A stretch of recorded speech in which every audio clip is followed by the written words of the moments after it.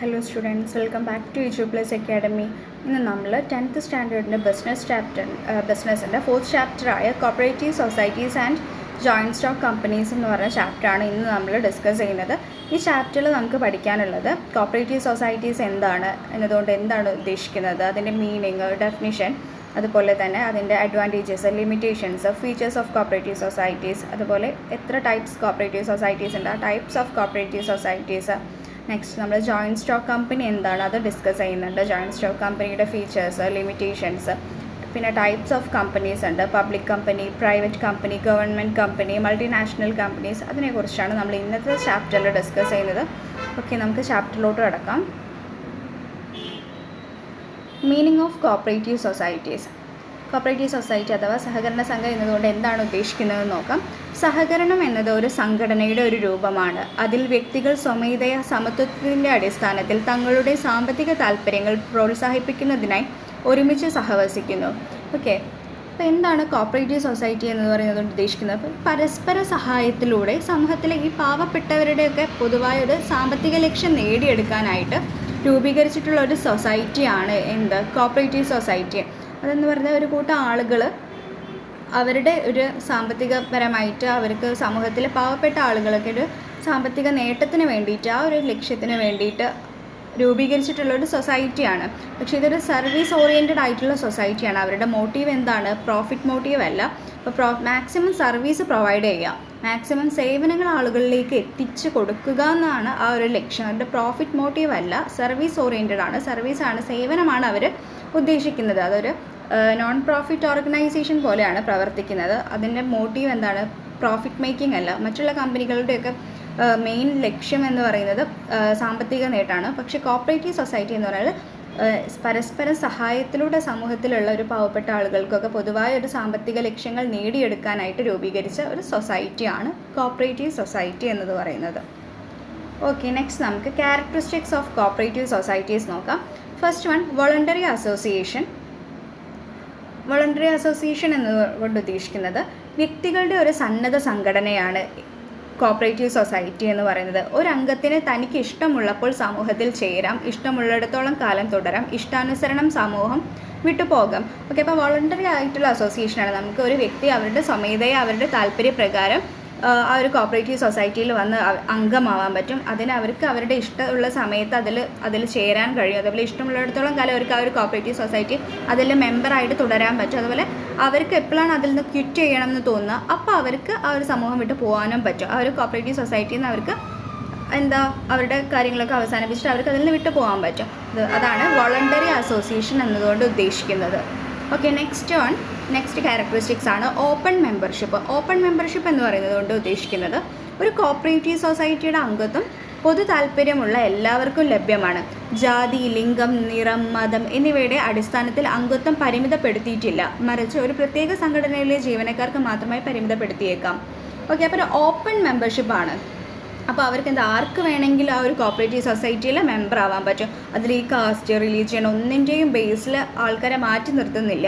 എല്ലാവർക്കും തുല്യ ഒരു അവകാശത്തോടെ അവർക്ക് ആ ഒരു കോപ്പറേറ്റീവ് സൊസൈറ്റിയിൽ മെമ്പർ ആവാൻ സാധിക്കുന്നുണ്ട്. അതാണ് ഓപ്പൺ മെമ്പർഷിപ്പ് എന്ന് പറയുന്നത്. ഓക്കെ, നെക്സ്റ്റ് ക്യാരക്ടറിസ്റ്റിക്സ് ആണ് പ്രത്യേക നിയമപരമായ സ്ഥാപനം. ഒരു സെപ്പറേറ്റ് ലീഗൽ എൻറ്റിറ്റി ഉണ്ട് കോപ്പറേറ്റീവ് സൊസൈറ്റീസിന്. അതെന്ന് പറഞ്ഞാൽ ഈ സഹകരണ സ്ഥാപനം രൂപീകരിച്ചത്, അത് ഫോം ചെയ്തത് 1912 1912 സഹകരണ സൊസൈറ്റി ആക്ടിൻ്റെ കീഴിലാണ് ഇത് ഫോം ചെയ്തിട്ടുള്ളത്. അപ്പോൾ ആ ഒരു പ്രത്യേക നിയമപരമായ ഒരു സ്ഥാപനമാണ്. അപ്പോൾ ആ ഒരു ആക്ടിന് കീഴിലോ പ്രസക്തമായ പ്രകാരമോ രജിസ്ട്രേഷൻ തേടണം. സംസ്ഥാന സർക്കാരിൻ്റെ സഹകരണ സംഘങ്ങളുടെ നിയമം ഒരു കോപ്പറേറ്റീവ് സൊസൈറ്റിക്ക് അതിൻ്റെ അംഗങ്ങളിൽ നിന്ന് വ്യത്യസ്തമായൊരു പ്രത്യേക നിയമപരമായ അസ്തിത്വമുണ്ട്. അപ്പോൾ ആ ഒരു കോപ്പറേറ്റീവ് പ്രത്യേകമായ ഒരു സെപ്പറേറ്റ് ലീഗൽ എൻറ്റിറ്റി ഉണ്ട്. ആ ഒരു മെമ്പേഴ്സിൻ്റെ അംഗങ്ങളിൽ നിന്ന് വ്യത്യസ്തമായിട്ടാണ് അവരുടെ ഒരു നിയമപരമായ അസ്തിത്വം ആ ഒരു കോപ്പറേറ്റീവ് സൊസൈറ്റിക്ക് ഉണ്ട്. ഓക്കെ, നെക്സ്റ്റ് ക്യാരക്ടറിസ്റ്റിക്സ് നോക്കുക. സാമ്പത്തിക സ്രോതസ്സ്. അവരുടെ ആ ഒരു ഇക്കണോമിക് റിസോഴ്സസ് എന്താണ്, അവരുടെ ഒരു സാമ്പത്തിക സ്രോതസ്സ് എന്നതുകൊണ്ട് ഉദ്ദേശിക്കുന്നത് മെയിൻലി അവരുടെ ആ ഒരു മെമ്പർഷിപ്പ് ഫീ ഒക്കെയാണ് അവരുടെ ഒരു സോഴ്സ് എന്ന് പറയുന്നത്. എന്ന് വെച്ചാൽ അതൊരു പ്രോഫിറ്റ്, അവർക്ക് വേറെ പ്രോഫിറ്റോ കാര്യങ്ങളോ ഒന്നുമില്ല, സർവീസ് ഓറിയൻറ്റഡ് ആണ്. അപ്പോൾ അവരുടെ സോഴ്സ് എന്ന് പറയുന്നത് അവരുടെ ആ ഒരു മെമ്പർഷിപ്പ് ഒക്കെയാണ്. ഓക്കെ, അപ്പോൾ അതെന്താണെന്ന് നോക്കാം. ഒരു സഹകരണ സംഘത്തിൻ്റെ മൂലധനം സമാഹരിക്കുന്നത് ഒരു ഓഹരി മൂലധനത്തിൻ്റെ രൂപത്തിൽ അതിൻ്റെ അംഗങ്ങൾക്കിടയിൽ എന്നിരുന്നാലും രജിസ്ട്രേഷനും സർക്കാരിൽ നിന്ന് വായ്പകൾ ശേഖരിക്കാനും ഗ്രാൻറ്റുകൾ സുരക്ഷിതമാക്കാനും ഇതിന് കഴിയും. ഓക്കെ, അതാണ് ഈ ഒരു അംഗങ്ങൾക്കിടയിലുള്ള അവരുടെ ഓഹരി മൂലധനത്തിൻ്റെ രൂപത്തിൽ അവർ വാങ്ങിക്കുന്ന ആ ഒരു മെമ്പർഷിപ്പ് ഫീ ഉണ്ടാവും ആ ഒരു യൂണിയനിൽ ചേരാൻ, ഒരു കോപ്പറേറ്റീവ് ഓർഗനൈസേഷനിൽ ജോയിൻ ചെയ്യാനൊക്കെ. അപ്പോൾ ആ ഒരു രജിസ്ട്രേഷൻ, ആ ഒരു ഫീസ്, ആ ഒരു ക്യാഷ് മാത്രമേ അവരുടെ ഒരു സാമ്പത്തിക സ്രോതസ്സായിട്ടുള്ളൂ. ഓക്കെ, നെക്സ്റ്റ് ക്യാരക്ടറിസ്റ്റിക്സ് ആണ് സേവന പ്രേരണ എന്ന് പറഞ്ഞാൽ എന്താണ്? ഒരു സഹകരണ സംഘത്തിൻ്റെ പ്രാഥമിക ലക്ഷ്യം അതിലെ അംഗങ്ങൾക്കുള്ള സേവനമാണ്. എന്നിരുന്നാൽ അത് ന്യായമായ സമ്പാദിക്കുന്ന പ്രക്രിയയിൽ സംഭവിക്കാം. ഓക്കെ, അപ്പോൾ അത് ന്യായമായ രീതിയിൽ അവർ സമ്പാദിക്കുന്നുണ്ടാവാം, പക്ഷേ അവരുടെ മെയിൻ മോട്ടീവ് എന്താണ്? സേവനമാണ്, അതായത് സർവീസ് ഓറിയൻറ്റഡ് ആണ്. അപ്പോൾ ആ ഒരു മെമ്പർഷിപ്പ് എടുത്തിട്ടുള്ള ഒരു വ്യക്തികൾക്ക്, ആ ഒരു ഓർഗനൈസേഷനിൽ, കോപ്പറേറ്റീവ് സൊസൈറ്റീസിൽ അംഗമായിട്ടുള്ള വ്യക്തികളുടെ ലക്ഷ്യം എന്ന് പറയുന്നത് അവരുടെ അംഗങ്ങൾക്ക് ഉള്ള ഓരോ സേവനങ്ങൾ നൽകലാണ് അവരുടെ മെയിൻ ധർമ്മം എന്ന് പറയുന്നത്. Okay, next characteristics voting power. Voting power എന്നുകൊണ്ട് ഉദ്ദേശിക്കുന്നത് ഓരോ അംഗത്തിനും ഒരു വോട്ട് മാത്രമേ ഉള്ളൂ. അപ്പോൾ അതിലുള്ള എല്ലാ മെമ്പേഴ്സിനും വോട്ടിംഗ് പവർ ഉണ്ട്. ഓക്കെ, അതൊരു നമ്മുടെ ഒരു ജനാധിപത്യ രീതിയിൽ നടക്കുന്ന ഒരു പ്രവർത്തനമാണ് ഈ ഒരു വോട്ടിംഗ് പവർ. അപ്പോൾ എത്ര മെമ്പേഴ്സിനും, ഓരോ മെമ്പേഴ്സും എന്ന് വെച്ചാൽ അവരുടെ കൈവശമുള്ള ഷെയറുകളുടെ എണ്ണം പരിഗണിക്കാതെ തന്നെ ഒരു മെമ്പറാണെങ്കിൽ അയാൾക്ക് ഒരു വോട്ട്, അവർ എത്ര ഷെയർസ് അതിൽ ഇടുന്നു എന്നുള്ളതല്ല, അതുപോലെ എത്ര ഷെയർസ് അവർ പർച്ചേസ് ചെയ്യുന്നു എന്നുള്ളതിലല്ല, അവരുടെ ഒരു അംഗം എന്നുള്ള നിലയിലേക്ക് അവർക്ക് ഒരു വോട്ടിംഗ് പവർ ഉണ്ട്. ആ ഒരു വോട്ട് അനുവദിക്കുന്നതാണ്. ഓക്കെ, നെക്സ്റ്റ് നമുക്ക് ടൈപ്സ് ഓഫ് കോപ്പറേറ്റീവ് സൊസൈറ്റീസ് എന്തൊക്കെയാണെന്ന് നോക്കാം. ഉപഭോക്തൃ സഹകരണ സംഘങ്ങൾ. ഓക്കെ, ഉപഭോക്തൃ സഹകരണ സംഘങ്ങൾ എന്ന് പറഞ്ഞാൽ ഉൽപ്പന്നങ്ങൾ ന്യായമായി വിലയ്ക്ക് ലഭ്യമാക്കി സാധാരണ ഉപഭോക്താക്കളുടെ താൽപ്പര്യം സംരക്ഷിക്കുന്നതിനാണ് ഈ സൊസൈറ്റികൾ രൂപീകരിച്ചിരിക്കുന്നത്. അവർ നിർമ്മാതാക്കളിൽ നിന്ന് നേരിട്ട് വാങ്ങുന്നു. ഇത് വിതരണ പ്രക്രിയയിൽ ഇടനിലക്കാരെ ഒഴിവാക്കുന്നു. കേന്ദ്രീയ ഭണ്ഡാർ, അപന ബസാർ, സൂപ്പർ ബസാർ എന്നീ ഉപഭോക്തൃ സഹകരണ സംഘങ്ങളുടെ ഉദാഹരണങ്ങളാണ്. ഓക്കെ, അപ്പോൾ ഉപഭോക്തൃ സഹകരണ സംഘം അതാണ് ഫസ്റ്റ് ടൈപ്പ് കോപ്പറേറ്റീവ് സൊസൈറ്റിയുടെ. അതിൻ്റെ മെയിൻ മോട്ടീവ് എന്താണ്, അഥവാ അവർ ചെയ്യുന്ന ധർമ്മം എന്താണ്? ഉപഭോക്തൃ ഉൽപ്പന്നങ്ങൾ ന്യായമായ വിലയ്ക്ക് ലഭ്യമാക്കിയിട്ട് അതിലുള്ള ഈ കോപ്പറേറ്റീവ് സൊസൈറ്റിയിലുള്ള അംഗങ്ങൾക്ക് അവരുടെ താല്പര്യത്തിനനുസരിച്ചിട്ട് അവർക്ക് ക്യാഷൊക്കെ കുറച്ചിട്ട് അവർ നേരിട്ട് അവിടെ ഒരു ഇടനിലക്കാരൻ്റെ സഹായമില്ലാതെ നേരിട്ട് സാധനങ്ങൾ വാങ്ങി അവർക്ക് ലഭ്യമാക്കുകയാണ് ചെയ്യുന്നത്. അപ്പോൾ അവർ നിർമ്മാതാക്കളിൽ നിന്ന് സാധനങ്ങൾ നേരിട്ട് വാങ്ങുന്നു. അത് വിതരണം ചെയ്യുന്ന ഒരു പ്രക്രിയയാണ് ഇടനിലക്കാരില്ലത്. ഒരു മിഡിൽമാനിൻ്റെയോ ഹെൽപ്പില്ലാതെ ആ ഇടനിലക്കാരെ കംപ്ലീറ്റ് ഒഴിവാക്കിക്കൊണ്ട് നേരിട്ട് സാധനങ്ങൾ പർച്ചേസ് ചെയ്ത് ഇവരിലേക്ക് എത്തിക്കുകയാണ് ചെയ്യുന്നത്. ഓക്കെ, നെക്സ്റ്റ് ടൈപ്പ് നോക്കുക, പ്രൊഡ്യൂസേഴ്സ് കോപ്പറേറ്റീവ് സൊസൈറ്റികൾ. ഓക്കെ, അതെന്താണ്? അതിൻ്റെ ധർമ്മം നോക്കാം. അടിസ്ഥാനപരമായി ചെറിയ വലുപ്പമുള്ള നിർമ്മാതാക്കളുടെ താൽപ്പര്യം സംരക്ഷിക്കുന്നതിനാണ് ഈ സൊസൈറ്റികൾ രൂപീകരിച്ചിരിക്കുന്നത്. അസംസ്കൃത വസ്തുക്കൾ, ഉപകരണങ്ങൾ, യാന്ത്രിക സാമഗ്രികൾ മുതലായവ ഉൽപ്പാദിപ്പിക്കുന്നതിന് ആവശ്യമായ ഇനങ്ങൾ ലഭ്യമാക്കുന്നതിലൂടെ ആപ്കോ, ബയാനിക് തുടങ്ങിയ കൈത്തറി സൊസൈറ്റികൾ, ഹരിയാന കൈത്തറി മുതലായവ ഉൽപ്പാദകരുടെ സഹകരണ സംഘങ്ങളുടെ ഉദാഹരണങ്ങളാണ്. ഓക്കെ, അപ്പോൾ പ്രൊഡ്യൂസേഴ്സ് കോപ്പറേറ്റീവ് സൊസൈറ്റി എന്നതുകൊണ്ട് ഉദ്ദേശിക്കുന്നത് അവർ എന്താ ചെയ്യുന്നത്? ഈ കോപ്പറേറ്റീവ് സൊസൈറ്റികളിലെ അസംസ്കൃത വസ്തുക്കൾ, ഉപകരണങ്ങൾ, യന്ത്ര സാമഗ്രികളൊക്കെ ഉൽപ്പാദിപ്പിക്കുന്നതിന് ആവശ്യമായ സാധനങ്ങളൊക്കെ ലഭ്യമാക്കുകയാണ് ചെയ്യുന്നത്. പ്രൊഡ്യൂസേഴ്സ് കോപ്പറേറ്റീവ് സൊസൈറ്റീസ് അവരിലേക്ക് എത്തിക്കുകയാണ് ചെയ്യുന്നത്. ഓക്കെ, നെക്സ്റ്റ് ടൈപ്പ് എന്ന് പറയുന്നത് മാർക്കറ്റിംഗ് കോപ്പറേറ്റീവ് സൊസൈറ്റികൾ. അതെന്താണെന്ന് നോക്കാം.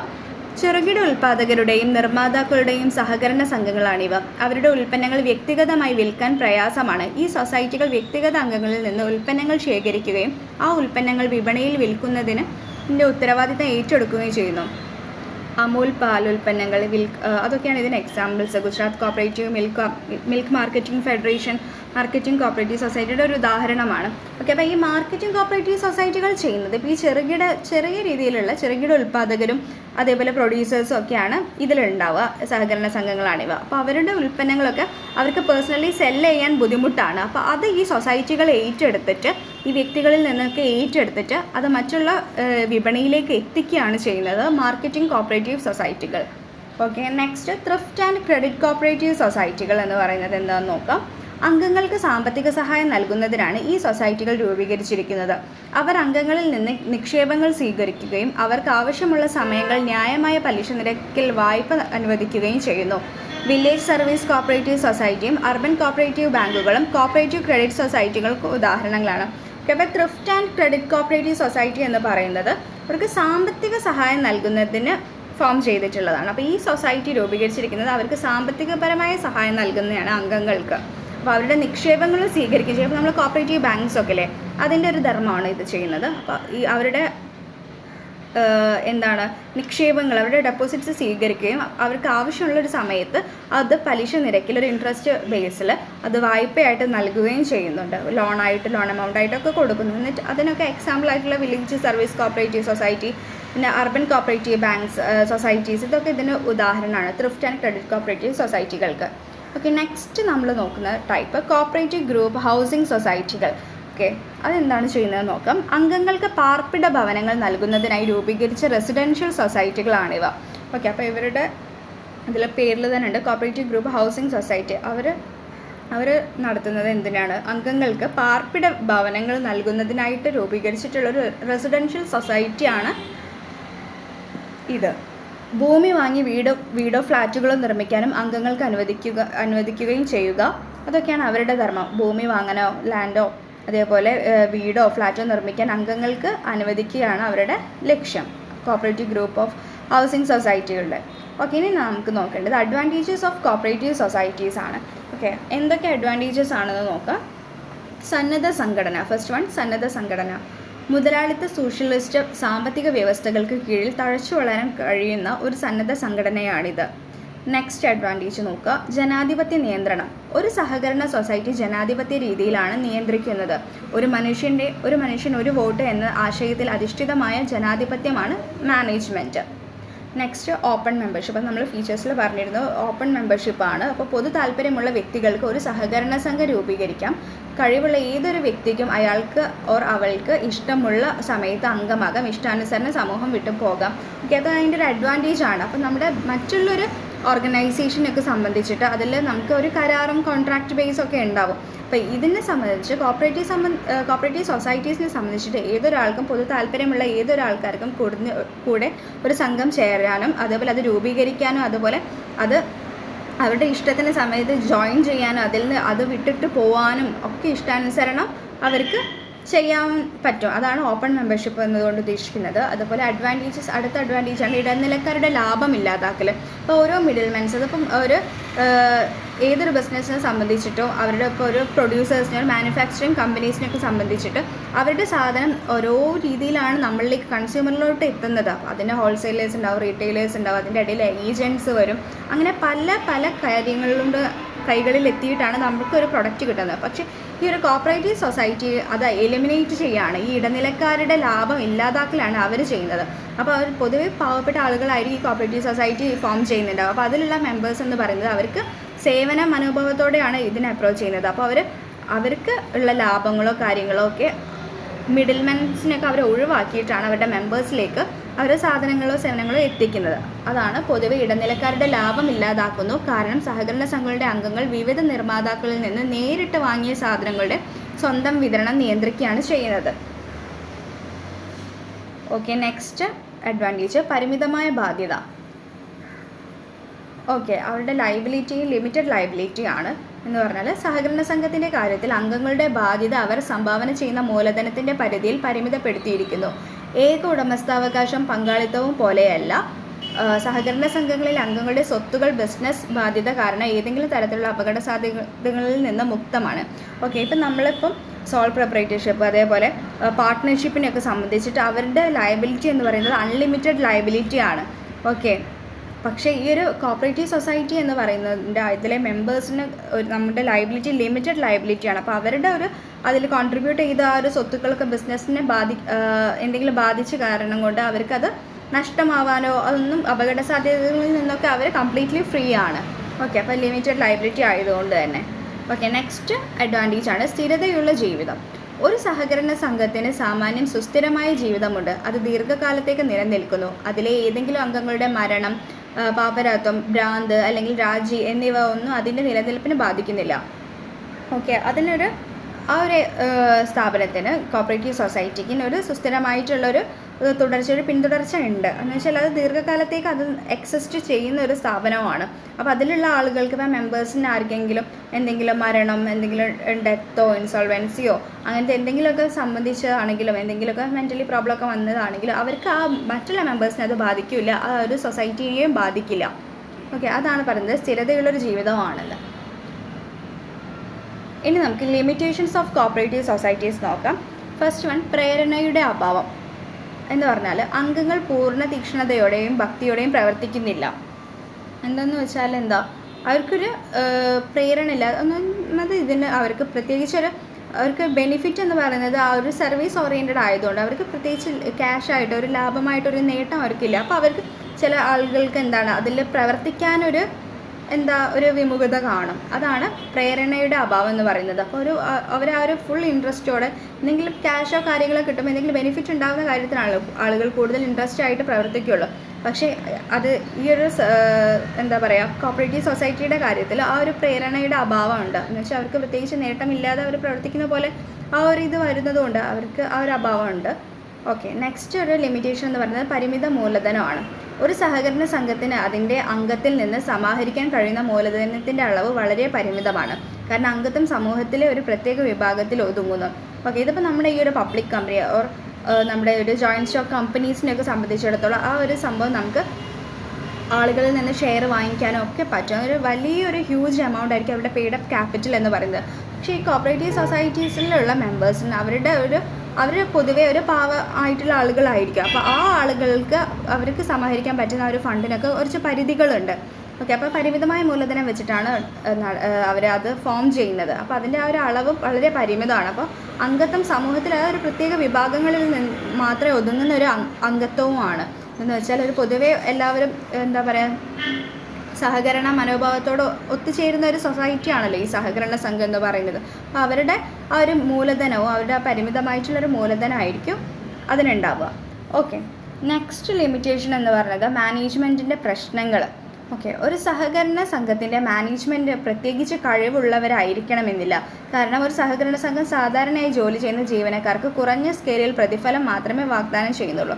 ഇപ്പം മാനേജ്മെൻറ്റിലൊക്കെ ഓരോ പ്രശ്നങ്ങളുണ്ട്. അപ്പോൾ അത്ര പ്രോപ്പറായിട്ടോ അവർ വെൽ ഓർഗനൈസ്ഡ് ആയിട്ടുള്ള ഒരു മാനേജ്മെൻറ്റ് സ്ട്രക്ചറോ കാര്യങ്ങളോ ഒന്നും ആയിരിക്കില്ല. ബോർഡ് ഓഫ് അതോറിറ്റീസ് ഒന്നും അത്ര നല്ലൊരു രീതിയിൽ പ്രവർത്തിക്കുന്ന ആൾക്കാർ അത്ര അറിവുള്ളവരായിരിക്കണമെന്നില്ല. അപ്പോൾ അതിലെന്തെങ്കിലുമൊക്കെ പ്രശ്നമൊക്കെ വന്നാൽ അതൊരു ആ ഒരു സംഘത്തെ ബാധിക്കുന്നതാണ്. ഡയറക്റ്റായിട്ടും ഇൻഡയറക്റ്റായിട്ടും അതിനെ ബാധിക്കും. അപ്പോൾ ഇതൊരു കുറഞ്ഞ സ്കെയിലിൽ മാത്രം പ്രതിഫലം എടുക്കുന്ന ഒരാൾക്കാരാണ്. അപ്പോൾ അവർക്ക് അതിൻ്റെതായ പരിമിതികളോ കാര്യങ്ങളൊക്കെ ഉണ്ടാവും. അതാണ് മാനേജ്മെൻറ്റിലെ പ്രശ്നങ്ങൾ എന്ന് പറയുന്നത്. നെക്സ്റ്റ് ലിമിറ്റേഷനാണ് പ്രതിബദ്ധതയുടെ അഭാവം. ഒരു സഹകരണ സംഘത്തിൻ്റെ വിജയം അതിലെ അംഗങ്ങളുടെ വിശ്വസ്തതയെ ആശ്രയിച്ചിരിക്കുന്നു. ഉറപ്പ് നൽകാതെ നടപ്പിലാക്കാൻ കഴിയാത്തതോ ആണ്. ഓക്കെ, അപ്പോൾ ഒരു പ്രതിബദ്ധതയുടെ അഭാവം എന്ന് പറയുന്നത് അപ്പം അവരുടെ ഒരു സക്സസ് എന്ന് പറഞ്ഞാൽ ആ ഒരു കോപ്പറേറ്റീവ് സൊസൈറ്റിയുടെ സക്സസ് എന്ന് പറയുന്നത് അവരുടെ ആ ഒരു ട്രസ്റ്റാണ്. അവരുടെ ആ മെമ്പേഴ്സിലുള്ളൊരു ട്രസ്റ്റിനെ ആശ്രയിച്ചിട്ടിരിക്കും അവരുടെ ഒരു കാര്യം എന്ന് പറയുന്നത്. അപ്പോൾ അതിൽ നിന്ന് പുറത്തു നിന്നുള്ള ഒരു ആൾക്കാരുടെ ഇടപാടിലോ കാര്യങ്ങളോ ഒന്നുമില്ല. അപ്പോൾ അവർ എല്ലാ മെമ്പേഴ്സും നല്ല രീതിയിലുള്ള ഒരേ മനോഭാവത്തിൽ ഒരേ രീതിയിൽ ചിന്തിക്കുന്നവരായാലേ അവർക്ക് ആ ഒരു പ്രതിബദ്ധത ഉണ്ടാവുകയുള്ളൂ. ഓക്കെ, അപ്പോൾ അതിൻ്റെ കാര്യത്തിൽ നമുക്ക് ഉറപ്പില്ല. ഓരോ ആൾക്കാർ ഇൻഡിവിജ്വലി ഡിഫറെൻ്റ് ആണ്. അപ്പോൾ അവർ യുണീക്കാണ്. അപ്പോൾ അവരുടേതായ രീതിയിൽ നമുക്കതൊരു ഉറപ്പ് നൽകാൻ പറ്റില്ല. അപ്പോൾ അവരുടെ ഒരു വിശ്വാസത്തിൻ്റെ പുറത്താണ് അവരിങ്ങനെ ആ ഒരു കോപ്പറേറ്റീവ് സൊസൈറ്റി റൺ ചെയ്തുകൊണ്ടിരിക്കുന്നത്. അപ്പോൾ അതൊരു ലിമിറ്റേഷനാണ്. നെക്സ്റ്റ് സഹകരണമില്ലായ്മ. ഓക്കെ, ഇപ്പോൾ കോപ്പറേറ്റീവ് സൊസൈറ്റി എന്ന പേരൊക്കെ ഉണ്ടെങ്കിലും പക്ഷേ അവരുടെ പരസ്പരം സഹകരണം എന്നുള്ളത് എല്ലാവരും അത് ഉറപ്പ് നൽകുന്നില്ല. നോക്കാം, പരസ്പര സഹകരണം എന്ന ലക്ഷ്യത്തോടെയാണ് സഹകരണ സംഘങ്ങൾ സ്ഥാപിക്കുന്നത്. എന്നാൽ വ്യക്തിത്വ വ്യത്യാസങ്ങൾ, ഈഗോ ക്ലാഷ് മുതലായവയൊക്കെ കാരണം അംഗങ്ങൾക്കിടയിൽ ധാരാളം ഉരസലുകൾ ഉണ്ടാകാറുണ്ട്. പൊതുവെ കാണുന്നത് അംഗങ്ങളുടെ സ്വാർത്ഥ മനോഭാവം ചിലപ്പോൾ സമൂഹത്തിന് അവസാനമായേക്കാം. ഓക്കെ, അപ്പോൾ ഓരോ ഇൻഡിവിജ്വലും ഞാൻ പറഞ്ഞു ഡിഫറെൻ്റ് ആണ്. ഓരോരുത്തരുടെ ആറ്റിറ്റ്യൂഡും എല്ലാവരുടെ കാഴ്ചപ്പാടും ഒക്കെ വ്യത്യാസമാണ്. അപ്പോൾ ഈ ഒരു സഹകരണ സംഘത്തിൽ അവരുടെ വ്യക്തികൾക്ക് തമ്മിൽ എന്തെങ്കിലും ക്ലാഷോ ഈഗോ പ്രശ്നങ്ങളൊക്കെ ഉണ്ടെങ്കിൽ അവർക്ക് അത് സ്മൂത്തായിട്ട് ആ ഒരു കോപ്പറേറ്റീവ് സൊസൈറ്റീനെ റൺ ചെയ്യാൻ കുറച്ച് ബുദ്ധിമുട്ടുണ്ട് അതിലുള്ള മെമ്പേഴ്സുകളുടെ ഓരോ കാര്യങ്ങൾ കൊണ്ട്. അതാണ് ആ ഒരു സഹകരണമില്ലായ്മ അവരുടെ ചിലപ്പോൾ ഉണ്ടാവാറുണ്ട്. അത് ആ ഒരു ലിമിറ്റേഷനായിട്ട് പറയുന്നത്. ഓക്കെ, നെക്സ്റ്റ് നമ്മൾ നോക്കുന്നത് ജോയിൻറ്റ് സ്റ്റോക്ക് കമ്പനി എന്താണെന്നാണ്. Meaning of joint stock company. Okay, എന്താണ് ജോയിൻറ്റ് സ്റ്റോക്ക് കമ്പനി എന്നതുകൊണ്ട് ഉദ്ദേശിക്കുന്നത്? ഇന്ത്യയിലെ കമ്പനികളെ നിയന്ത്രിക്കുന്നത് 1956 ഇന്ത്യൻ കമ്പനീസ് ആക്റ്റാണ്. ഇന്ത്യൻ കമ്പനീസ് ആക്ടിൻ്റെ നിയമം അനുസരിച്ച് കമ്പനി എന്നാൽ ഈ നിയമത്തിന് കീഴിൽ രൂപീകരിച്ച് രജിസ്റ്റർ ചെയ്ത കമ്പനിയാണ്. ശാശ്വതമായ പിന്തുടർച്ചയോടെയും ഒരു പൊതുമുദ്രയോടും കൂടി ഒരു പ്രത്യേക നിയമ സ്ഥാപനമുള്ള നിയമത്തിൽ സൃഷ്ടിക്കപ്പെട്ട ഒരു കൃത്രിമ വ്യക്തിയാണിത്. ഒരു കമ്പനിയുടെ മൂലധനം തുല്യമൂല്യമുള്ള നിരവധി ഓഹരികളായി തിരിച്ചിരിക്കുന്നു. ഒരു ജോയിൻറ്റ് സ്റ്റോക്ക് കമ്പനി ഒന്നോ അതിലധികമോ ഓഹരികൾ കൈവശമുള്ള കമ്പനിയിലെ അംഗങ്ങളെ കമ്പനിയുടെ ഓഹരി ഉടമകൾ എന്ന് വിളിക്കുന്നു. ഓക്കെ, എന്താണ് ജോയിൻറ്റ് സ്റ്റോക്ക് കമ്പനി എന്ന് പറഞ്ഞാൽ അതൊരു ഇന്ത്യൻ കമ്പനീസ് ആക്ട് പ്രകാരം 1956 ആക്ട് പ്രകാരം രൂപീകരിച്ചിട്ടുള്ളൊരു സ്ഥാപനമാണ്. ഇതിൻ്റെ കീഴിൽ എന്താണ് ഈ ഒരു കമ്പനി രജിസ്റ്റർ ചെയ്യുന്നത് 1956 കമ്പനീസ് ആക്ട് പ്രകാരമാണ്. അപ്പോൾ ജോയിൻറ്റ് സ്റ്റോക്ക് കമ്പനി എന്ന് പറയുന്നത് എന്താണ്? A joint stock company is a voluntary association of individuals for profit having a capital divided into transferable shares, the ownership of which is the condition of membership. ഒരു joint stock company എന്നതുകൊണ്ട് ഉദ്ദേശിക്കുന്നത് ഒരു കൂട്ടം ആളുകൾ ലാഭത്തിന് വേണ്ടിയിട്ട് ഒരു business form ചെയ്യുന്നതാണ്. അതിൻ്റെ ക്യാപിറ്റൽ എന്ന് പറയുന്നത് അവരുടെ മെമ്പേഴ്സിൻ്റെ ഇടയിൽ നിന്ന് ഡിവൈഡ് ചെയ്തിട്ടുണ്ടാവും. അപ്പോൾ അതുപോലെ തന്നെ ഈ മെമ്പേഴ്സ് എന്ന് പറയുന്നത് ഏത് സമയത്തും അവരുടെ ഷെയർ മറ്റൊരാൾക്ക് ട്രാൻസ്ഫർ ചെയ്യാൻ കഴിയുന്നതുമാണ്. അതുപോലെ കുറച്ച് ലീഗൽ കണ്ടീഷൻസും കാര്യങ്ങളിലൂടെയൊക്കെയാണ് അത് ട്രാൻസ്ഫർ ചെയ്യാൻ കഴിയുക. അത് ഫോളോ ചെയ്തിട്ട് അപ്പോൾ ഏതൊരാൾക്ക് അവരുടെ ഷെയർസ് ട്രാൻസ്ഫർ ചെയ്യാൻ കഴിയും. അപ്പോൾ ഇതാണ് ഈ ഒരു ജോയിൻറ്റ് സ്റ്റോക്ക് കമ്പനി എന്ന് പറയുന്നത്. അപ്പോൾ ഒരു കൂട്ടം ആളുകൾ ചേർന്ന് രൂപീകരിച്ചിട്ടുണ്ട്. അവരുടെ മെയിൻ മോട്ടീവ് എന്ന് പറഞ്ഞാൽ എന്താണ്? പ്രോഫിറ്റ് മേക്കിംഗ് ആണ്. അപ്പോൾ ഒരു സാമ്പത്തിക നേട്ടം പ്രതീക്ഷിച്ചിട്ട് ഫോം ചെയ്തിട്ടുള്ള ഒരു കമ്പനിയാണ് ജോയിൻറ്റ് സ്റ്റോക്ക് കമ്പനി. നേരെ മറിച്ച് കോപ്പറേറ്റീവ് സൊസൈറ്റി ഒരു സർവീസ് ഓറിയൻറ്റഡ് ആണ്. അവരുടെ സർവീസസ് ആണ്, സേവനങ്ങളാണ് പ്രതീക്ഷിച്ചിട്ടാണ് അവർ ഫോം ചെയ്യുന്നത്. നേരെ മറിച്ച് ജോയിൻറ്റ് സ്റ്റോക്ക് കമ്പനി എന്ന് പറയുന്നത് ലാഭം നേടുക എന്ന ലക്ഷ്യത്തോടു കൂടി രൂപീകരിച്ചിട്ടുള്ളതാണ്. കമ്പനീസ് ആക്ട് 1956 പ്രകാരമാണ്, ഇന്ത്യൻ കമ്പനീസ് ആക്ട് 1956 പ്രകാരമാണ് ഇത് രൂപീകരിച്ചിട്ടുള്ളത്. അതാണ് ഓഹരികൾ എന്ന് പറയുന്നത് ഒന്നോ അതിലധികമോ ഓഹരികൾ കൈവശമുള്ള കമ്പനിയിലെ അംഗങ്ങളെ കമ്പനിയുടെ ഓഹരി ഉടമകൾ എന്ന് പറയുന്നു. ഷെയർസ്, കമ്പനീസിൻ്റെ ഷെയർസ് അതാണ് പറയുന്നത്. ആ ഒരു ഷെയർസ് ഉള്ളവരെയാണ് നമ്മൾ ഷെയർ ഹോൾഡേഴ്സ് എന്ന് വിളിക്കുന്നത്. ഓക്കെ, ഇനി നമുക്ക് characteristics of joint stock company എന്താണെന്ന് നോക്കാം. കൃത്രിമ നിയമപരമായ വ്യക്തിയാണ്. ഓക്കെ, എന്താണ് കൃത്രിമ? നമ്മൾ പറഞ്ഞത് ഒരു ആർട്ടിഫിഷ്യൽ പേഴ്സൺ ആയിരിക്കും കമ്പനി എന്ന് പറയുന്നത്. ഒരു കമ്പനി എന്നത് നിയമം സൃഷ്ടിച്ച ഒരു കൃത്രിമ വ്യക്തിയാണ്. നിയമത്തെക്കുറിച്ചുള്ള ചിന്തയിൽ മാത്രം നിലനിൽക്കുന്നു. ഒരു മനുഷ്യൻ ജനിക്കുകയും വളരുകയും ബന്ധങ്ങളിലേക്ക് പ്രവേശിക്കുകയും മരിക്കുകയും ചെയ്യുന്നു. അതേസമയം ഒരു ജോയിൻറ്റ് സ്റ്റോക്ക് കമ്പനിയും ജനിക്കുകയും വളരുകയും ബന്ധത്തിലേക്ക് പ്രവേശിക്കുകയും മരിക്കുകയും ചെയ്യുന്നു. എന്നിരുന്നാലും ജനനവും അസ്തിത്വവും മരണവും നിയമപ്രകാരം നിയന്ത്രിക്കപ്പെടുന്നതിനാൽ അവനെ കൃത്രിമ വ്യക്തി എന്ന് വിളിക്കുന്നു. ഓക്കെ, അതൊരു നമ്മളൊരു പേഴ്സണായിട്ട് തന്നെയാണ് കൺസിഡർ ചെയ്യുന്നത്. പക്ഷേ ഒരു ആർട്ടിഫിഷ്യൽ പേഴ്സൺ ആണ്. അപ്പോൾ ശരിക്കും അവരുടെ ഒരു എക്സിസ്റ്റൻസ് എന്ന് പറയുന്നത് ആ ഒരു ലീഗൽ ഫോർമാലിറ്റീസിലൂടെ മാത്രമാണ് നമ്മൾ ആ ഒരു പേഴ്സണായിട്ട് കൺസിഡർ ചെയ്യുന്നത്. ഒരു ആർട്ടിഫിഷ്യൽ പേഴ്സൺസ് ആണ് ഒരു കമ്പനി എന്ന് പറയുന്നത്. നെക്സ്റ്റ് ക്യാരക്ടറിസ്റ്റിക്സ് ആണ് പ്രത്യേക നിയമ സ്ഥാപനമാണ്. അപ്പോൾ ഒരു സെപ്പറേറ്റ് ലീഗൽ എൻറ്റിറ്റി അതിനുണ്ട്. എന്ന് വെച്ചാൽ അതിൻ്റെ മെമ്പേഴ്സിനെ കൂടാതെ തന്നെ ആ ഒരു ബിസിനസ്സിന്, ആ ഒരു ഓർഗനൈസേഷന്, ജോയിൻറ്റ് സ്റ്റോക്ക് കമ്പനിക്ക് ഒരു പ്രത്യേകമായ ഒരു നിലനിൽപ്പുണ്ട്. അതേപോലെ പ്രത്യേകമായ നിയമപരമായ ഒരു സ്ഥാപനമാണ്. ഒരു കമ്പനിക്ക് അതിൻ്റെ അംഗങ്ങളിൽ നിന്ന് വ്യത്യസ്തമായൊരു പ്രത്യേക നിയമസ്ഥാപനമുണ്ട്. ഇതിന് സ്വത്ത് സ്വന്തമാക്കാനും സ്വന്തം പേരിൽ കരാറുകളിൽ ഏർപ്പെടാനും കഴിയും. അതിന് സ്വന്തം പേരിൽ കേസെടുക്കാൻ കഴിയും. അപ്പോൾ ഒരു കമ്പനിയുടെ പേര് എന്ന് പറഞ്ഞാൽ എന്താ പറയുക, ആ ഒരു കമ്പനിക്ക് അഗെയിൻസ്റ്റ് ആയിട്ട് നമുക്ക് കേസ് എടുക്കാനും പറ്റും. അതേപോലെ അതിൻ്റെ സ്വത്തും അതിൻ്റെ കരാറുകളൊക്കെ വെച്ചിട്ട് അതിന് വേറൊരു കാര്യങ്ങളിൽ ഏർപ്പെടാനൊക്കെ പറ്റുന്നതാണ്. എന്നാണ് അതിനൊരു പ്രത്യേകപരമായ നിയമസ്ഥാപനം കൂടെയാണ് ജോയിൻറ്റ് സ്റ്റോക്ക് കമ്പനി എന്ന് പറയുന്നത്. നെക്സ്റ്റ്, ശാശ്വതമായ പിന്തുടർച്ച. ഓക്കെ, ഒരു കമ്പനി ശാശ്വതമായി അനന്തരാവകാശം ആസ്വദിക്കുന്നു. അതിലെ അംഗങ്ങളുടെയോ ഡയറക്ടർമാരുടെയോ മരണം, പാപ്പരത്വം, ഭ്രാന്ത് മുതലായവ അതിൻ്റെ ജീവിതത്തെ ബാധിക്കുന്നില്ല. ഒരു കമ്പനീനെ സംബന്ധിച്ചിട്ട് ആ ഒരു കമ്പനീസിലെ മെമ്പേഴ്സിന് എന്തെങ്കിലുമൊക്കെ അതിന് ഇപ്പോഴൊരു തുടർച്ചയുണ്ട്, ഒരു പിന്തുടർച്ചയുണ്ട്. അതിനെ സംബന്ധിച്ചിട്ട് അതിലെ അംഗങ്ങളുടെയോ അതേപോലെ ബോർഡ് ഓഫ് ഡയറക്ടേഴ്സിന് അതിലൊക്കെ എന്തെങ്കിലും മരണമോ എന്തെങ്കിലുമൊക്കെ എന്താ പറയുക പാപരാതോ അവരുടെ എല്ലാ കാര്യങ്ങളും വിട്ടുപോയാലും പക്ഷേ അവരുടെ മെമ്പേഴ്സിനെ എന്ത് ബാധിച്ചാലും ആ കമ്പനീനെ അത് ഡയറക്റ്റായിട്ട് അതിനെ ബാധിക്കുകയില്ല. അതാണ് ആ ഒരു ശാശ്വതമായൊരു പിന്തുടർച്ച ഉണ്ട്. നെക്സ്റ്റ് നോക്കുക, പരിമിതമായ ബാധ്യത. അതിൻ്റെ ലിമിറ്റഡ് ലയബിലിറ്റി ആണ്. ഒരു ലിമിറ്റഡ് കമ്പനിയിലെ അംഗങ്ങളുടെ ബാധ്യത അവർ സംബന്ധിച്ച് ഷെയറുകളുടെ മൂല്യത്തെയോ അവർ നൽകുന്ന ഗ്യാരണ്ടി തുകയിലോ പരിമിതപ്പെടുത്തിയിരിക്കുന്നു. അപ്പോൾ അവരുടെ മെമ്പേഴ്സിന് ലിമിറ്റഡ് ആയിട്ടുള്ള ലയബിലിറ്റിയാണ്. അപ്പോൾ അവർ കോൺട്രിബ്യൂട്ട് ചെയ്ത ആ ഒരു ഇതിൽ ഉള്ള ബേസിക്കായിട്ട് അവർ കോൺട്രിബ്യൂട്ട് ചെയ്തിട്ടുള്ള ആ ഒരു ഓഹരികളിൽ നിന്ന് മാത്രമേ അവർക്ക് ആ ഒരു ബാധ്യത വരുള്ളൂ. അതേപോലെ അത് ലിമിറ്റഡ് ആണ്. അതേപോലെ അൺലിമിറ്റഡ് ആയിട്ടുള്ള ബാധ്യതയൊന്നുമല്ല. നേരെ മറിച്ച് പാർട്ട്ണർഷിപ്പ് ആണെങ്കിലും സോൾ പ്രൊപ്പറേറ്റർഷിപ്പ് ആണെങ്കിലും അതൊരൊറ്റ ആളിൽ നിൽക്കുന്ന 1-2 ആളുകളിൽ നിലനിൽക്കുന്ന കാര്യം. അപ്പോൾ അവരുടെ കാര്യങ്ങൾക്കൊക്കെ അവരുടെ ലയബിലിറ്റി, അവരുടെ ബാധ്യത അൺലിമിറ്റഡ് ആയിരിക്കും. പക്ഷേ ഒരു ജോയിൻറ്റ് സ്റ്റോക്ക് കമ്പനിയിലെ മെമ്പേഴ്സിന് അവരുടെ ബാധ്യത അവർ കോൺട്രിബ്യൂട്ട് ചെയ്ത ആ ഒരു എമൗണ്ടിൽ നിലനിൽക്കുന്ന ആ ഒരു തുകയിൽ മാത്രം പരിമിതപ്പെടുന്ന ഒരു കാര്യമാണ്. അതാണ് ലിമിറ്റഡ് ലയബിലിറ്റി അഥവാ പരിമിതമായ ബാധ്യത എന്ന് പറയുന്നത്. നെക്സ്റ്റ് ഒരു പൊതുമുദ്ര ഉണ്ടാവും. ഒരു കമ്പനിക്ക് ഒരു പൊതുമുദ്രയുണ്ട്. കാരണം ഒരു കൃത്രിമ വ്യക്തിയാണ്, അതിന് സ്വയം ഒപ്പിടാൻ കഴിയില്ല. ഒരു സീൽ ഉണ്ടാവും. ഏതൊരു കമ്പനിക്ക് അതിൻ്റെതായ ഒരു സീൽ, ഒരു പൊതുമുദ്ര ഉണ്ടാവും അവർക്ക്. അതാണ് പറയുന്നത് പൊതുമുദ്ര എന്നത്. ഒരു കൃത്രിമ വ്യക്തിക്ക് അവരുടെ സ്വയം സൈൻ ചെയ്യാൻ പറ്റില്ലല്ലോ. അപ്പോൾ അവർ നമ്മുടെ എല്ലാ പേപ്പേഴ്സും ഡോക്യുമെൻറ്റ്സിലൊക്കെ അവരുടെ സീൽ ഉണ്ടാവും, അവർ മുദ്രപ്പെടുത്തും. അങ്ങനെയാണ് പൊതുമുദ്ര എന്ന് പറയുന്നത്. നെക്സ്റ്റ് ഒരു ഫീച്ചർ ഓർ ക്യാരക്ടറിസ്റ്റിക്സ് ആണ് ഓഹരികളുടെ കൈമാറ്റം. ഒരു പബ്ലിക് ലിമിറ്റഡ് കമ്പനിയുടെ ഓഹരികൾ സ്വന്തമായി കൈമാറ്റം ചെയ്യാവുന്നതാണ്.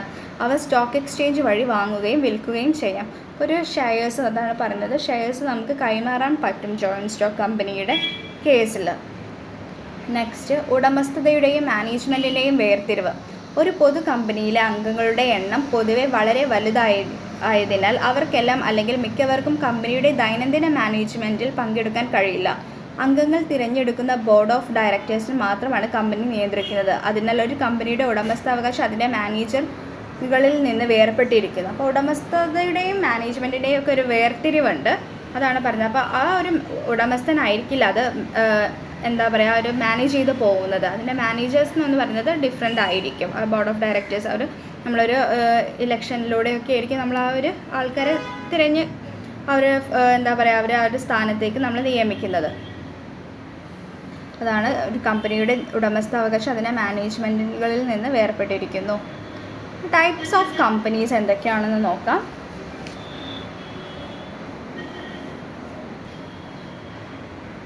Types of companies: private limited സ്വകാര്യ കമ്പനികൾ, പബ്ലിക് ലിമിറ്റഡ് പൊതു കമ്പനി, സർക്കാർ കമ്പനി, ബഹുരാഷ്ട്ര കമ്പനികൾ ഒക്കെയാണ് ടൈപ്സ് ഓഫ് കമ്പനീസ്. അത് നമുക്ക് ഓരോന്നായിട്ട് നോക്കാം.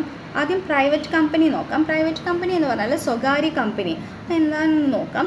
1956 കമ്പനി നിയമപ്രകാരം 1 ലക്ഷം രൂപയോ അതിൽ കൂടുതലോ ഉള്ള തുക അടച്ചു തീർത്ത ഓഹരി മൂലധനത്തോടെ രൂപീകരിച്ചിരിക്കുന്ന കമ്പനിയാണ് സ്വകാര്യ കമ്പനി. സ്വകാര്യ കമ്പനിയുടെ സവിശേഷതകൾ എന്തെല്ലാമാണ്?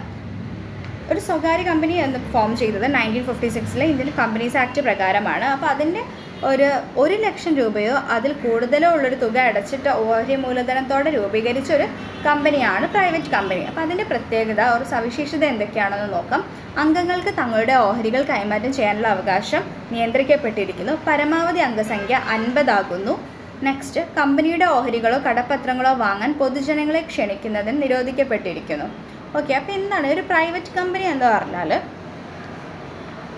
ഒരു പ്രൈവറ്റ് കമ്പനി ആവണമെങ്കിൽ കുറേ കണ്ടീഷൻസ് നമ്മൾ ഫോളോ ചെയ്യണം, എന്നാൽ അതൊരു പ്രൈവറ്റ് കമ്പനിയായിട്ട് കൺസിഡർ ചെയ്യുള്ളൂ. അപ്പോൾ എന്താണ് പ്രൈവറ്റ് കമ്പനീസിൻ്റെ പ്രത്യേകത എന്ന് പറഞ്ഞാൽ മിനിമം നമ്പർ ഓഫ് മെമ്പേഴ്സ് എത്ര 2 പേഴ്സൺസ് വെച്ചിട്ടാണ് അതിൻ്റെ മിനിമം നമ്പേഴ്സ്. ഒരു 2 പേര് അടങ്ങിയിട്ടുള്ള ഒരു 2ഓ അതിൽ കൂടുതലോ ആളുകൾ ചേർന്നിട്ടാണ് അത് രൂപീകരിക്കുക പ്രൈവറ്റ് കമ്പനി. അപ്പോൾ അതിൻ്റെ minimum numbers 2, maximum numbers 50 persons ആണ്. 50 പേരാണ് അതിൻ്റെ മാക്സിമം മെമ്പേഴ്സ്. ആ ഒരു കണ്ടീഷൻ ഓക്കെ ആയിട്ടുള്ളൊരു കമ്പനിയാണ് പ്രൈവറ്റ് കമ്പനി. അതുപോലെ അതിൻ്റെ ട്രാൻസ്ഫർ ഓഫ് ഷെയർസ്, അതിൻ്റെ എന്താണ് ട്രാൻസ്ഫർ ഓഫ് ഷെയർസ്, ഓഹരികൾ എന്താണ് റെസ്ട്രിക്റ്റ് ചെയ്യുന്നുണ്ട്. ഓഹരികൾ ഷെയർ ചെയ്യുന്നത് റെസ്ട്രിക്റ്റ് ചെയ്തിരിക്കുന്നതാണ്. കടപ്പത്രങ്ങളും കമ്പനിയുടെ ഓഹരികളും ഒക്കെ വാങ്ങാൻ പൊതുജനങ്ങളെ ക്ഷണിക്കുന്നത് നിരോധിക്കപ്പെട്ടിട്ടുള്ളതാണ്. അപ്പോൾ റെസ്ട്രിക്ട്സ് ട്രാൻസ്ഫർ ഓഫ് ഷെയർസ്. പിന്നെ എന്താണ് ഒരു ഫീച്ചർ എന്ന് പറഞ്ഞാൽ ഈ private company must add the word private limited. അവരുടെ പേരിൽ പ്രൈവറ്റ് ലിമിറ്റഡ് എന്ന് മെൻഷൻ ചെയ്യണം അവരുടെ കമ്പനിയുടെ പേരിൽ. അതുപോലെ തന്നെ അവർ PVT ലിമിറ്റഡ്, PVT LTD എന്നൊക്കെ നമ്മൾ കാണില്ലേ, അങ്ങനെ നമ്മൾ പ്രത്യേകം മെൻഷൻ ചെയ്യണം അവരുടെ പേരിൻ്റെ കാര്യത്തിൽ. പിന്നെ എന്താ മിനിമം പെയ്ഡ് അപ്പ് ക്യാപിറ്റൽ എത്രയാണെന്ന് പറഞ്ഞു 1 lakh ആണ്. പ്രൈവറ്റ് കമ്പനിയുടെ കേസിൽ അവരുടെ ആ ഒരു മൂലധനം 1 ലക്ഷം രൂപയിൽ കൂടാൻ പാടില്ല. അതാണ് minimum paid up capital to be ₹1 lakh എന്ന് പറയുന്നത്. 1 ലക്ഷം രൂപയോ അതിൽ കൂടുതലോ ഉള്ളൊരു തുക അടച്ചിട്ടാണ് അവർ ചേരുന്നത്. മിനിമം എത്രയാണ് പെയ്ഡ് അപ്പ് ക്യാപിറ്റൽ? 1 lakh ആണ് മിനിമം. നെക്സ്റ്റ് നോക്കുന്നത് പബ്ലിക് കമ്പനി എന്താണെന്ന് നോക്കാം. പൊതു കമ്പനി എന്നാൽ എന്ത്? 1956 കമ്പനി നിയമം അനുസരിച്ച് സ്വകാര്യ കമ്പനിയല്ലാത്ത ഒരു കമ്പനിയെയാണ് പൊതു കമ്പനി എന്ന് പറയുന്നത്. ഓക്കെ, അപ്പോൾ അതിൻ്റെ ഫീച്ചേഴ്സ് എന്തൊക്കെയാണ്, സവിശേഷത എന്തൊക്കെയാണ് പബ്ലിക് കമ്പനിയുടെ? ഇതിൻ്റെ ഓഹരികൾ യഥേഷ്ടം കൈമാറ്റം ചെയ്യാവുന്നതാണ്. ഇതിന് ചുരുങ്ങിയത് 5 ലക്ഷം രൂപയുടെ അടച്ചു തീർത്ത മൂലധനം ഉണ്ടായിരിക്കേണ്ടതാണ്. ഇതിൻ്റെ അംഗങ്ങൾക്ക് ക്ലിപ്ത ബാധ്യതയുള്ളതാണ്. ഇതിൻ്റെ അംഗസംഖ്യ 7-ൽ കുറയാൻ പാടില്ല. ഓക്കെ, അപ്പോൾ പബ്ലിക് കമ്പനിയുടെ നേരെ ഓപ്പോസിറ്റാണ്, പ്രൈവറ്റ് കമ്പനിയുടെ നേരെ ഓപ്പോസിറ്റാണ് പബ്ലിക് കമ്പനി എന്ന് പറയുന്നത്. അതും ഫോം ചെയ്തത് ആക്ട് പ്രകാരമാണ്. 1900 കമ്പനി നിയമം അനുസരിച്ചിട്ടാണ് അത് ഫോം ചെയ്യുന്നത്. അതുപോലെ ഇതിൻ്റെ ഓഹരികൾ, ഇതിൻ്റെ ട്രാൻസ്ഫർ ഓഫ് ഷെയർസ് നമുക്ക് റെസ്ട്രിക്ഷൻ ഇല്ല, അത് ആർക്ക് വേണമെങ്കിലും അത് കൈമാറ്റം ചെയ്യാവുന്നതാണ്. അതേപോലെ ചുരുങ്ങിയത് അതിൻ്റെ paid-up capital, minimum paid-up capital of public company 5 ലക്ഷമാണ്. നെക്സ്റ്റ് അതിൻ്റെ അംഗങ്ങൾക്ക് എന്താണ്, ലിമിറ്റഡ് ലയബിലിറ്റി ആണ് അംഗങ്ങൾക്കുള്ളത്, ക്ലിപ്ത ബാധ്യതയാണുള്ളത്. അതേപോലെ അതിൻ്റെ അംഗസംഖ്യ 7 7-ൽ കുറയാൻ പാടില്ല. മിനിമം മെമ്പേഴ്സ് 7 പേര് രൂപീകരിക്കേണ്ടതാണ്. അപ്പോൾ മിനിമം നമ്പർ ഓഫ് മെമ്പേഴ്സ് 7 ആണ്. ഓക്കെ, അൺലിമിറ്റഡ് ആണ്, എത്ര ആളുകൾക്ക് വേണമെങ്കിലും പബ്ലിക് കമ്പനിയിൽ ജോയിൻ ചെയ്യാൻ മെമ്പേഴ്സ് ആവാൻ പറ്റും. പക്ഷേ അതിന് മിനിമം 7 ആണ് വേണ്ടത്, മാക്സിമം അൺലിമിറ്റഡ് ആണ്. ഓക്കെ, ഇനി നമുക്കിതിൻ്റെ difference public company versus private company നോക്കാം. Difference between private limited company and public limited company നോക്കാം. ഓക്കെ, പ്രൈവറ്റ് ലിമിറ്റഡ് കമ്പനിയും സ്വകാര്യ കമ്പനി, പ്രൈവറ്റ് ലിമിറ്റഡ് എന്ന് പറഞ്ഞാൽ സ്വകാര്യ കമ്പനി, പബ്ലിക് ലിമിറ്റഡ് പൊതു കമ്പനിയും തമ്മിലുള്ള വ്യത്യാസങ്ങളേവാ.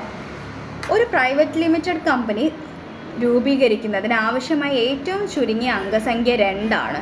എന്നാൽ പബ്ലിക് ലിമിറ്റഡ് കമ്പനിക്ക് ഇത് 7 ആണ്. അതാണ് ഫസ്റ്റ് ഡിഫറൻസ് എന്ന് പറയുന്നത്. സെക്കൻഡ് നോക്കാം.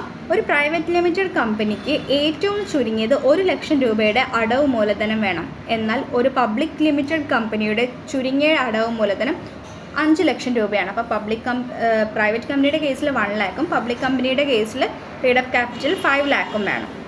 നെക്സ്റ്റ് ഡിഫറൻസ് എന്താണ്? ഒരു പ്രൈവറ്റ് ലിമിറ്റഡ് കമ്പനിയുടെ പരമാവധി അംഗസംഖ്യ 50 കവിയാൻ പാടില്ല. എന്നാൽ ഒരു പബ്ലിക് ലിമിറ്റഡ് കമ്പനിയുടെ പരമാവധി അംഗസംഖ്യയ്ക്ക് യാതൊരു നിയന്ത്രണവുമില്ല. അപ്പോൾ പ്രൈവറ്റ് ലിമിറ്റഡ് കമ്പനി 50 പേരാണ് മിനിമം വേണ്ടത്. പ്രൈവറ്റ് ലിമിറ്റഡ് കമ്പനിയുടെ പരമാവധി അംഗസംഖ്യ 50ഉം മാക്സിമം മെമ്പേഴ്സാണ് 50. അതേപോലെ പബ്ലിക് ലിമിറ്റഡ് കമ്പനിയുടെ മാക്സിമം നമ്പേഴ്സ് അൺലിമിറ്റഡ് ആണ്, എത്ര പേർക്ക് വേണമെങ്കിലും അതിൽ മെമ്പർ ആവാം.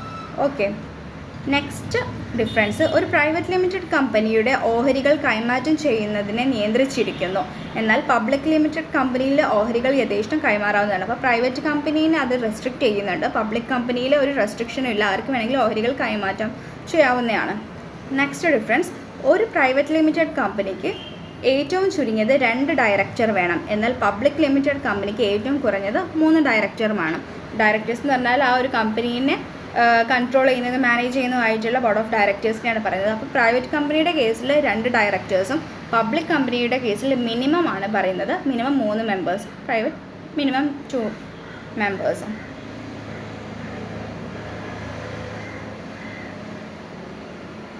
ഓക്കെ, ഇനി നെക്സ്റ്റ് പറയുന്നത് സർട്ടിഫിക്കറ്റ് ഓഫ് ഇൻകോർപ്പറേഷൻ കിട്ടിയാലുടൻ പ്രൈവറ്റ് ലിമിറ്റഡ് കമ്പനിക്ക് വ്യാപാരം തുടങ്ങാവുന്നതാണ്. എന്നാൽ കമ്പനി രജിസ്ട്രാറിൽ നിന്ന് സർട്ടിഫിക്കറ്റ് മെൻസ് ബിസിനസ് കിട്ടിയാൽ പബ്ലിക് കമ്പനിക്ക് വ്യാപാരം തുടങ്ങാൻ കഴിയും. അപ്പോൾ സർട്ടിഫിക്കറ്റ് ഓഫ് ഇൻകോർപ്പറേഷനാണ് പ്രൈവറ്റ് ലിമിറ്റഡ് കമ്പനിക്ക് കിട്ടേണ്ടത്, എന്നാൽ അവർക്ക് അവരുടെ വ്യാപാരം തുടങ്ങാൻ പറ്റും. പക്ഷേ പബ്ലിക് കമ്പനിക്ക് രജിസ്ട്രാറിൽ നിന്നൊരു സർട്ടിഫിക്കറ്റ് കിട്ടിയാലാണ് അവരുടെ ബിസിനസ് പബ്ലിക് കമ്പനിക്ക് വ്യാപാരം തുടങ്ങാൻ പറ്റുള്ളൂ. ഇനി സർക്കാർ കമ്പനി എന്നാൽ എന്താണെന്ന് നോക്കാം. 1956 ഇന്ത്യൻ കമ്പനി നിയമപ്രകാരം ഒരു കമ്പനിയുടെ 51% കുറയാത്ത അടവ് മൂലധനം സർക്കാരിൻ്റെ കൈവശമായിരിക്കുന്ന കമ്പനിയാണ് സർക്കാർ കമ്പനി. ആ ഒരു പെർസെൻറ്റേജ് എത്രയാണെന്ന് നോക്കുക. 51% കുറയാത്തൊരു പെയ്ഡപ്പ് ക്യാപിറ്റൽ സർക്കാരിൻ്റെ അധീനതയിൽ അവരുടെ കൈവശം വെച്ചിരിക്കുന്നതാണെങ്കിലാണ് സർക്കാർ കമ്പനി എന്ന് പറയുന്നത്. ഓക്കെ, അതും 1956 കമ്പനി നിയമപ്രകാരം തന്നെ ഫോം ചെയ്തതാണ്. പക്ഷേ അതിൻ്റെ 51% പെയ്ഡപ്പ് ക്യാപിറ്റൽ സർക്കാരിൻ്റെ കൈവശമായിരിക്കണം. അങ്ങനെ ഒരു കമ്പനിയാണ് സർക്കാർ കമ്പനി. ആ ഒരു പെർസെൻറ്റേജ് ഓർത്ത് വെക്കുക, 51% ആണ്. നെക്സ്റ്റ് നമുക്ക് ബഹുരാഷ്ട്ര കമ്പനികൾ അഥവാ മൾട്ടിനാഷണൽ കമ്പനീസ് എന്താണെന്ന് നോക്കാം.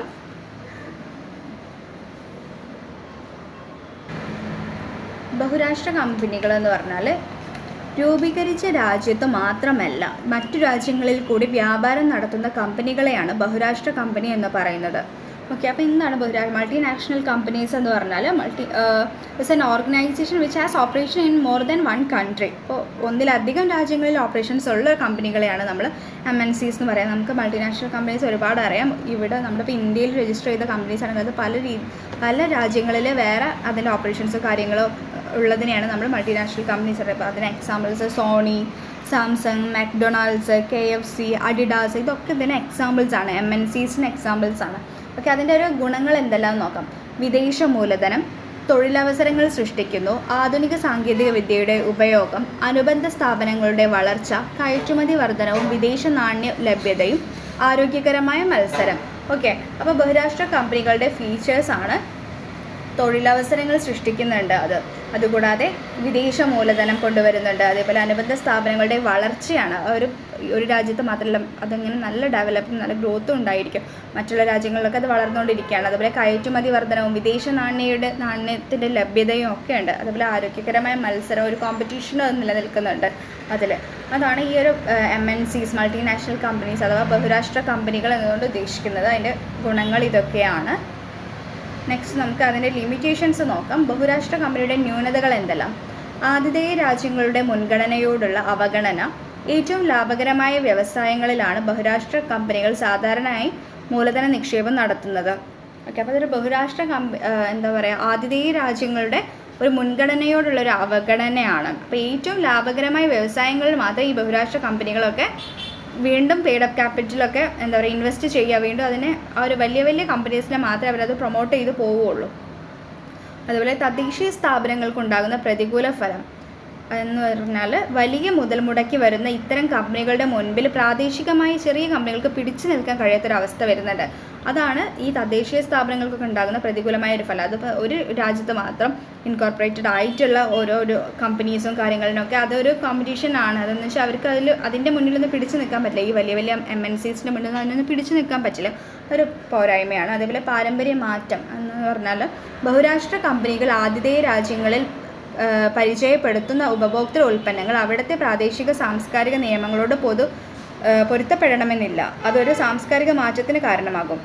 ഓക്കെ, ഇതിപ്പം നമ്മൾ എക്സാമ്പിൾ പറയും ഈ മക്ഡൊണാൾഡ്സ്, KFC അതുപോലെയൊക്കെ ഉള്ളത് നമ്മൾ എടുക്കുകയാണെങ്കിൽ അപ്പോൾ അത് എല്ലാവർക്കും നമ്മുടെ ആ ഒരു സംഭവം അവരുടെ ഒരു പാരമ്പര്യത്തിന് ചേരുന്നതായിരിക്കും. ഇപ്പോൾ ഈ ഒരു ഫുഡിൻ്റെ ഒക്കെ ടേസ്റ്റ് പ്രിഫറൻസസ് ഒക്കെ ഇപ്പോൾ നമ്മൾ എല്ലാവരും എല്ലാം കഴിക്കുകയൊക്കെ ചെയ്യുമെങ്കിൽ തന്നെ നമ്മുടെ ഒരു അവരുടെ കൾച്ചറിനനുസരിച്ചുള്ള കാര്യങ്ങളായിരിക്കും അവരവിടെ ഇൻട്രൊഡ്യൂസ് ചെയ്യുക. പക്ഷെ അതൊരു മറ്റുള്ള രാജ്യങ്ങളിലേക്ക് കൊണ്ടുവരുന്നതിനനുസരിച്ച് അത് എല്ലാ ഒരു സാംസ്കാരിക മാറ്റത്തിന് തന്നെ കാരണമാവുന്നുണ്ട്. അതാണ് ഈ ഒരു പാരമ്പര്യ മാറ്റം എന്നതുകൊണ്ട് ഉദ്ദേശിക്കുന്നത്. അപ്പോൾ ഓരോ പ്രൊഡക്ട്സൊക്കെ ഓരോരോ ബ്രാൻഡഡ് പ്രൊഡക്ട്സ് കാര്യങ്ങളൊക്കെ അത് നമ്മുടെ ചില കൾച്ചറിന് ചേരുന്നതായിരിക്കൊള്ളണമെന്നില്ല, പക്ഷെ അതവർ ഇൻട്രൊഡ്യൂസ് ചെയ്യുന്നുണ്ട്.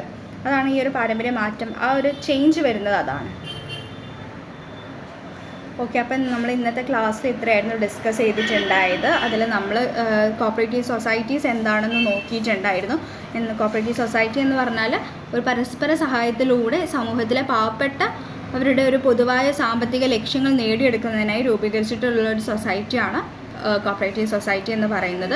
അതിൻ്റെ മെയിൻ മോട്ടീവ് സർവീസാണ്. മാക്സിമം സർവീസ് പ്രൊവൈഡ് ചെയ്യുക, മാക്സിമം സേവനങ്ങൾ ആളുകളിലേക്ക് എത്തിച്ചു കൊടുക്കുക എന്നാണ് അതിൻ്റെ ലക്ഷ്യം. പ്രോഫിറ്റ് മോട്ടീവ് അല്ല കോപ്പറേറ്റീവ് സൊസൈറ്റിയുടെ ലക്ഷ്യം. അതേപോലെ നമ്മൾ ജോയിൻറ്റ് സ്റ്റോക്ക് കമ്പനി എന്താണെന്ന് പറഞ്ഞിട്ടുണ്ടായിരുന്നു. ജോയിൻറ്റ് സ്റ്റോക്ക് കമ്പനി എന്ന് പറഞ്ഞാൽ voluntary association of individuals for profit having a capital divided into transferable shares and the ownership which is the condition of membership. അപ്പോൾ ഒരു ജോയിൻറ്റ് സ്റ്റോക്ക് കമ്പനി എന്ന് പറഞ്ഞാൽ ഒരു കൂട്ടം ആളുകൾ ലാഭത്തിന് വേണ്ടിയിട്ടാണ് അത് ഫോം ചെയ്യുന്നത്. അതുപോലെ നമ്മൾ ജോയിൻറ്റ് സ്റ്റോക്ക് കമ്പനീസിൻ്റെ ടൈപ്സ് ഒക്കെ പറഞ്ഞിട്ടുണ്ടായിരുന്നു. എന്താണ് മെയിൻ മോട്ടീവ് എന്ന് പറഞ്ഞാൽ ജോയിൻറ്റ് സ്റ്റോക്ക് കമ്പനിയുടെ പ്രോഫിറ്റ് മോട്ടീവാണ്. കോപ്പറേറ്റീവ് സൊസൈറ്റിയും ജോയിൻറ്റ് സ്റ്റോക്ക് കമ്പനിയാണ് നമ്മൾ മെയിൻലി ഡിസ്കസ് ചെയ്തിട്ടുണ്ടായത്. പിന്നെ പല ടൈപ്പ് കമ്പനീസ് പറഞ്ഞു. പബ്ലിക് കമ്പനി എന്താണ്, പ്രൈവറ്റ് കമ്പനി എന്താണ്, അതിൻ്റെ ഒരു ഡിഫറൻസ് അത് വളരെ ഇമ്പോർട്ടൻ്റ് ആണ്. അങ്ങനെ കുറച്ച് കാര്യങ്ങൾ നമ്മൾ ഡിസ്കസ് ചെയ്യുന്നു. ഈ ചാപ്റ്ററിൽ നമുക്ക് ഇത്രയേ പഠിക്കാനുള്ളൂ. Okay, thank you.